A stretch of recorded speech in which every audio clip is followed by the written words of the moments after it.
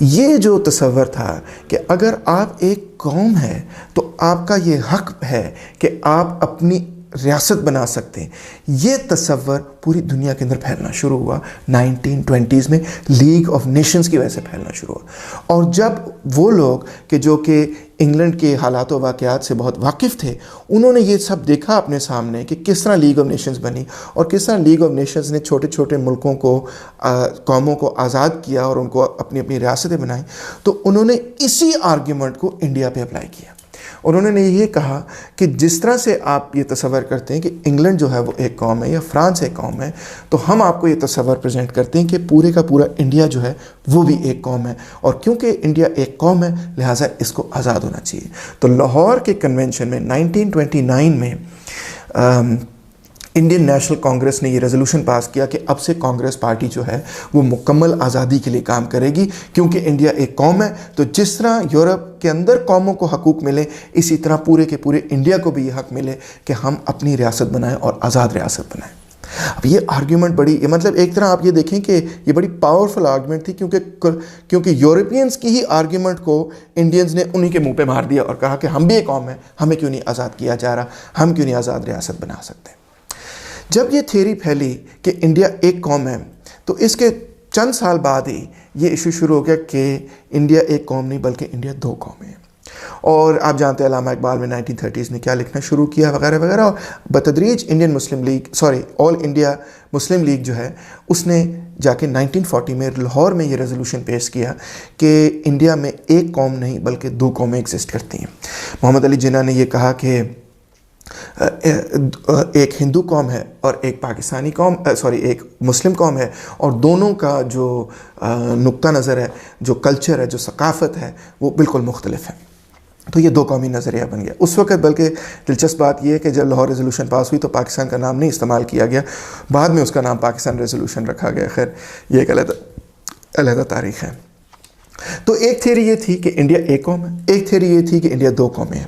جو کہتے تھے کہ انڈیا ایک قوم ہے وہ کانگریس پارٹی میں تھے، جو کہتے تھے کہ انڈیا دو قومیں وہ مسلم لیگ میں تھے۔ مگر ایک تیسری تھیوری بھی تھی جو بہت دلچسپ ہے، اور وہ یہ ہے کہ جو کمیونسٹ پارٹی آف انڈیا کے ساتھ لوگ تھے اور ان کے ساتھ جو انٹلیکچوئلس تھے، وہ یہ کہتے تھے کہ نہ تو انڈیا ایک قوم ہے نہ ہی انڈیا دو قوم ہے، بلکہ قوموں کی ڈیفینیشن زبان پر کرنی چاہیے، ٹیریٹری پر کرنی چاہیے، اکانومی اور کلچر پر کرنی چاہیے۔ اور اگر ہم انڈیا کو اسٹڈی کریں زبان کی بیسس پہ،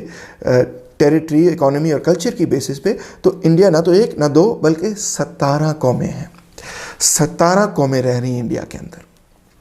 یہ تو بڑی دلچسپ بات ہے۔ اگر انڈیا کے اندر 17 قومیں رہ رہی ہیں تو یہ اتنی ساری قوموں کو کس طرح اکٹھا رکھا جا سکتا ہے؟ سی پی آئی نے یہ کہا، یعنی کمیونسٹ پارٹی آف انڈیا نے یہ کہا کہ کانگریس کی تھیوری مکمل طور پہ غلط ہے، کیونکہ کانگریس یہ تصور کرتی کہ انڈیا ایک قوم ہے، لہٰذا کانگریس وہ پالیسیاں بنا ہی نہیں رہی کہ جس کے نتیجے میں یہ 17 قومیں جو ہیں اکٹھی رہ سکیں، اور لہٰذا جو مسلم لیگ کی جسٹ ڈیمانڈز ہیں ان کو وہ پوری طرح میٹ نہیں کر رہی، ان کو وہ سیٹسفائی نہیں کر رہی، اور اس کی وجہ سے انڈیا کے اندر ڈویژن پیدا ہو رہی، بٹوارا ہو رہا ہے۔ اگر کانگریس پارٹی یہ بات قبول کر لے کہ انڈیا جو ہے وہ کثیر القومی ریاست ہے، ایک نہیں، دو نہیں، 17 قومیں، اور ہر قوم کو برابر کے حقوق ملنے چاہیے، ہر قوم کو جمہوری حقوق ملنے چاہیے، ان کی زبان اور ان کی ثقافت جو ہے برابر تسلیم کرنی چاہیے، ان معاشی طور پہ بھی وہ برابر رہیں، تو پھر انڈیا کے تمام لوگ جو ہیں وہ ایک دوسرے کے ساتھ لڑائی کرنے کے بجائے بھائی چارے کا ماحول قائم کریں گے، اور پھر ہی پاکستان جو ایشو ریز ہوا ہے یہ ریزالو ہوگا۔ یعنی یہ کہنا درست نہیں ہوگا کہ سی پی آئی نے یہ کہا کہ پاکستان بن جائے، یا سی پی آئی نے یہ کہا کہ پاکستان نہ بنے۔ سی پی آئی نے بنیادی طور پہ یہ کہا کہ جو کانگریس کی پالیسی ہے وہ غلط ہے، اور جب تک وہ تبدیل نہیں ہوگی تو انڈیا کے اندر کشیدگی جو ہے وہ پیدا ہوگی۔ سی پی آئی نے مزید یہ کہا کہ جو 17 قومیں، ہر قوم کو یہ حق ہونا چاہیے کہ وہ حق خود ارادیت کا رائٹ ہونا چاہیے، اور ساتھ ہی ساتھ علیحدگی کا بھی رائٹ ہونا چاہیے۔ لہٰذا وہ قومیں جہاں پہ مسلمان اکثریت ہے، اگر وہ انڈیا کے اندر نہیں رہنا چاہتی تو ان کو زبردستی انڈیا کے اندر نہیں رکھنا چاہیے، ان کو یہ حق ہونا چاہیے کہ وہ اگر علیحدہ اپنا ایک ملک بنانا چاہیں یا کئی ملک بنانا چاہیں تو ان کو یہ حق ہونا چاہیے۔ بڑی ریڈیکل پوزیشن تھی، اور یہ پوزیشن جو تھی اسی کی وجہ سے کانگریس نے پھر سی پی آئی کے خلاف پور پروپیگنڈا کیا، خاص طور پہ انڈیپینڈنس کے بعد اور پارٹیشن کے بعد، کہ سی پی آئی جو ہے وہ پرو پاکستان ہے اور وہ اینٹی انڈیا ہے اور انڈیا کی وہ دشمن ہے اور وغیرہ وغیرہ۔ انہوں نے یعنی کہ بٹرے کیا ہے، انہوں نے وہ ٹریزن کیا، انہوں نے غداری کی ہے۔ اور حیرت انگیز بات یہ کہ پاکستان کے اندر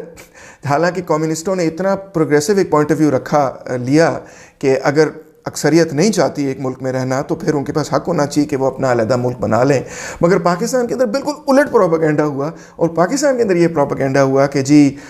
کمیونسٹ پارٹی جو کمیونسٹ ہیں وہ بنیادی طور پہ پاکستان کی مخالف ہیں اور پرو انڈین ہیں، یعنی انڈیا میں یہ پروپیگنڈا ہوا کہ وہ پرو پاکستان ہے، اور پاکستان میں یہ پروپیگنڈا ہوا کہ پرو انڈین ہے۔ اور اس میں ایک اور دلچسپ آپ کو یہ بات آتا ہوں کہ پاکستان کے اندر وہ لوگ جو پارٹیشن کے خلاف تھے وہ کمیونسٹوں پہ یہ الزام لگاتے تھے کہ یہ پارٹیشن کے حق میں اس لیے ایسا، یہ بڑے برے کمیونسٹ ہیں وغیرہ وغیرہ۔ یہ سب باتیں انکریکٹ ہیں۔ میں نے انفیکٹ آپ کو لنک بھی بھیجا ہے، نیچے لکھا ہوا ہے کہ جس میں آفیشیل ڈاکیومنٹس ہیں کمیونسٹ پارٹی آف انڈیا کے جو کہ ان باتوں کو ریفیوٹ کرتے ہیں۔ اگر آپ کو دلچسپی ہو مزید تو آپ ضرور پڑھ لیجئے گا۔ اب دیکھیے پاکستان بن گیا، انڈیا بن گیا، بہت خون خرابہ ہوا، سب کچھ ہوا ہمارے سامنے، یہ سب چیزیں۔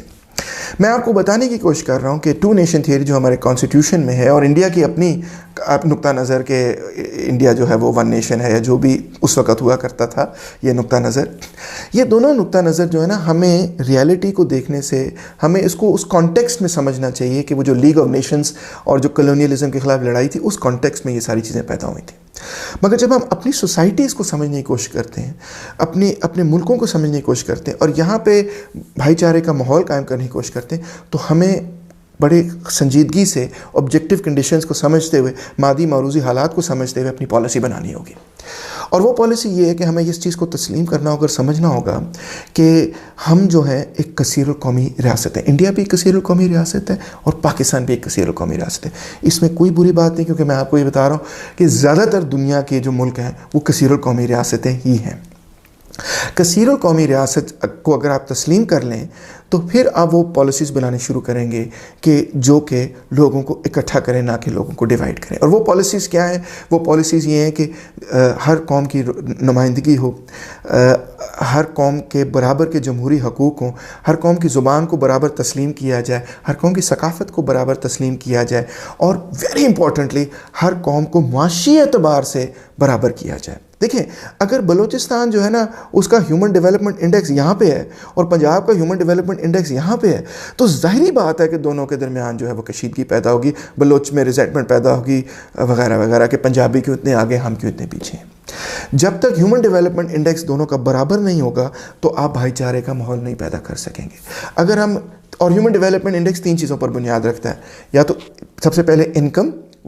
اس کے بعد ہیلتھ کیئر کے سٹیٹسٹکس یعنی لائف ایکسپیکٹنسی، اور تیسرے میں ایجوکیشن کے یعنی لٹریسی کے سٹیٹسٹکس۔ جب HDI سٹیٹسٹکس تینوں چاروں قوموں کے برابر ہوں گے، یا 17 کے 17 قوم جو انڈیا کے اندر تھے ان کے برابر ہوں گے تو پھر بھائی چارے کا ماحول جو ہے وہ قائم ہوگا۔ That is the goal that we must aspire to. اگر ہمیں کبھی موقع ملے کہ پاکستان کے اندر بائیں بازو کی حکومت آئے تو ہم یہی کریں گے کہ ہم تمام قوموں کو ایبسلیوٹلی معاشی اعتبار سے، سیاسی اعتبار سے، ثقافتی اعتبار سے اور سماجی اعتبار سے برابر لے کر آئیں گے، اور پھر آپ دیکھیں گے کہ لوگوں کے درمیان جو کشیدگی وہ ختم ہو جائے گی اور لوگوں کے درمیان بھائی چارے کا ماحول جو ہے وہ پیدا ہو جائے گا۔ ہمارے بہت سارے نوجوان یہ کہتے ہیں کہ جناب ہم پنجابی تو بن گئے، ہم بلوچ بن گئے، ہم سندھی بن گئے، ہم پشتون بن گئے، مگر ہم پاکستانی قوم نہیں بن سکے۔ بڑے ایموشنل ہو کے یہ تقریریں کرتے ہیں لوگ، مگر دیکھیں اس فارمیلیشن میں، اس سلوگن میں، اس نقطہ نظر میں 2 بہت بڑے عیب ہیں۔ نمبر 1 تو یہ عیب کہ جب آپ پاکستانی ہونے کو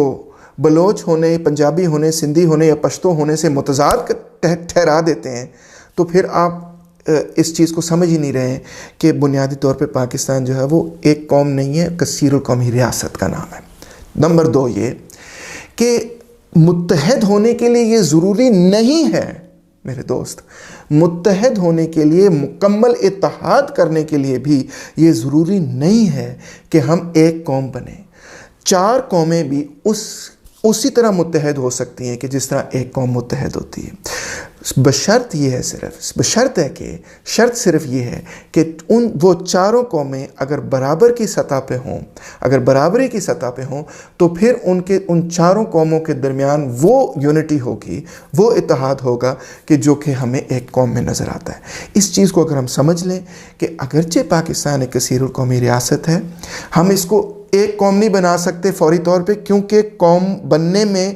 صدیاں لگ جاتی ہیں. 50-60 سالوں میں قوم نہیں بنتی، ہنڈریڈز آف ایئرس پہ مشتمل قومیں بنتی ہیں. تو ہم اتنی جلدی ایک قوم نہیں بن سکتے، مگر ہم جو قومیں ہیں ان کو اکٹھا کر سکتے ہیں. جو ایتھنک گروپس ہیں، جو مختلف ریلیجس گروپس ہیں، جو ڈائیورسٹی ہے پاکستان میں، ان کو ہم اکٹھا کر سکتے ہیں اور ان میں ہم اتحاد پیدا کر سکتے ہیں. کس طرح پیدا کر سکتے ہیں؟ کہ اگر ہم تمام قوموں کو برابر کے حقوق دیں، تمام مذہب کے لوگوں کو برابر کے حقوق دیں، معاشی طور پہ بھی وہ برابر ہوں، سماجی طور پہ بھی وہ برابر ہوں. اور اگر ہمیں اسپیسیفک گول چاہیے، اگر کم سے کم بائیں بازو کو کبھی حکومت ملتی اور ہم نے ایک پن پوائنٹ کرنا ہوتا کہ گول کیا ہے، تو میں پن پوائنٹ گول یہ بناتا کہ 3 چیزوں میں جو ہے برابری پیدا کر دو، سارے مسئلے، زیادہ تر مسئلے حل ہو جائیں گے. نمبر 1 یہ ہیومن ڈیولپمنٹ انڈیکس جو ہے وہ ہر قوم کا برابر ہونا چاہیے. نمبر 2 تمام قوموں کی زبان جو ہے وہ ہیومن ڈیولپمنٹ انڈیکس کے اندر مزید 3 چیزیں شامل ہیں، اور وہ ہے کہ انکم برابر ہونی چاہیے سب کی، ایجوکیشن سب کی برابر ہونی چاہیے، اور ہیلتھ کیئر فیسلٹی سب کی برابر ہونی چاہیے. نمبر 2 یہ تمام زبانوں کو جو ہے وہ برابر کے حقوق ملیں اور برابر تسلیم کیا جائے ان کو. یا تو کوئی آفیشیل زبان نہ رکھیں یا تمام زبانوں کو آفیشیل زبان بنا دیں. وجہ کیا ہے؟ دیکھیں، جہاں پہ بھی نارتھ انڈیا کے لوگ اکٹھے ہوں گے وہ ہندی اردو میں ہی بات کریں گے. یہ لنگوا فرانکا آج سے نہیں، یہ تقریباً 1000 سال پہلے، بلکہ ٹو بی مور ایگزیکٹ 700-800 سال پہلے ڈیولپ ہو چکی ہے کہ نارتھ انڈیا کے لوگ جو ہیں وہ ہندی اردو میں بات کرتے ہیں. تو اس کو امپوز کرنے کی ضرورت نہیں ہے. جہاں پہ بلوچ، پشتون، سندھی، پنجابی اکٹھے ہوں گے وہ ایک دوسرے سے اردو میں ہی بات کریں گے. اس کو زبردستی جب آپ ٹھونستے ہیں تو پھر اس کا ریئیکشن ہوتا ہے، تو یہ اچھا نہیں ہے. یا تو آفیشیل لینگویج ختم کر دیں یا تمام لینگویجز کو آفیشیل کر دیں، تاکہ کوئی بھی ایک لینگویج کو دوسری لینگویج پہ فوقیت حاصل نہ ہو. اگر ایسے ہوگا تو آپ دیکھیں گے کہ لوگ جو ہیں وہ خوش ہوں گے. اور تیسری بات یہ کہ تمام قوموں کے برابر کے فیڈرل حقوق، ایک پراپر وفاقی اسٹیٹ قائم ہوگا، تو پھر جا کے میں سمجھتا ہوں کہ پولیٹیکل ریپرزنٹیشن، کلچرل ریپرزنٹیشن اور اکنامک اعتبار سے یہ 3 بنیادی ایسپیکٹ سے اگر ہم برابر ہوں گے تو میں سمجھتا ہوں پھر کہ کوئی بھی لوگ جو ہیں وہ علیحدہ نہیں ہونا چاہیں گے، بلکہ ایک دوسرے کے ساتھ بھائی چارے کا ماحول پیدا کرنا چاہیں گے اور ایک دوسرے کے ساتھ رہنا چاہیں گے. بلکہ میں تو یہ سمجھتا ہوں کہ اگر ہم پاکستان میں یہ کرنے میں کامیاب ہو جائیں تو ہو سکتا ہے اور قوم کے لوگ بھی یہ کہیں کہ ہمیں بھی پاکستان کے اندر شامل کرو، اتنا خوبصورت ملک ہے، اتنی برابری ہے یہاں پہ، لوگوں کا احترام کیا جاتا ہے، لوگوں کی عزت کی جاتی ہے. تو یہ ہے بنیادی طور پہ میں سمجھتا ہوں ایک سوشلسٹ سلوشن پاکستان کے اندر نیشنل کویسچن کے حوالے سے. امید ہے آپ نے انجوائے کیا ہوگا. Thank you very much.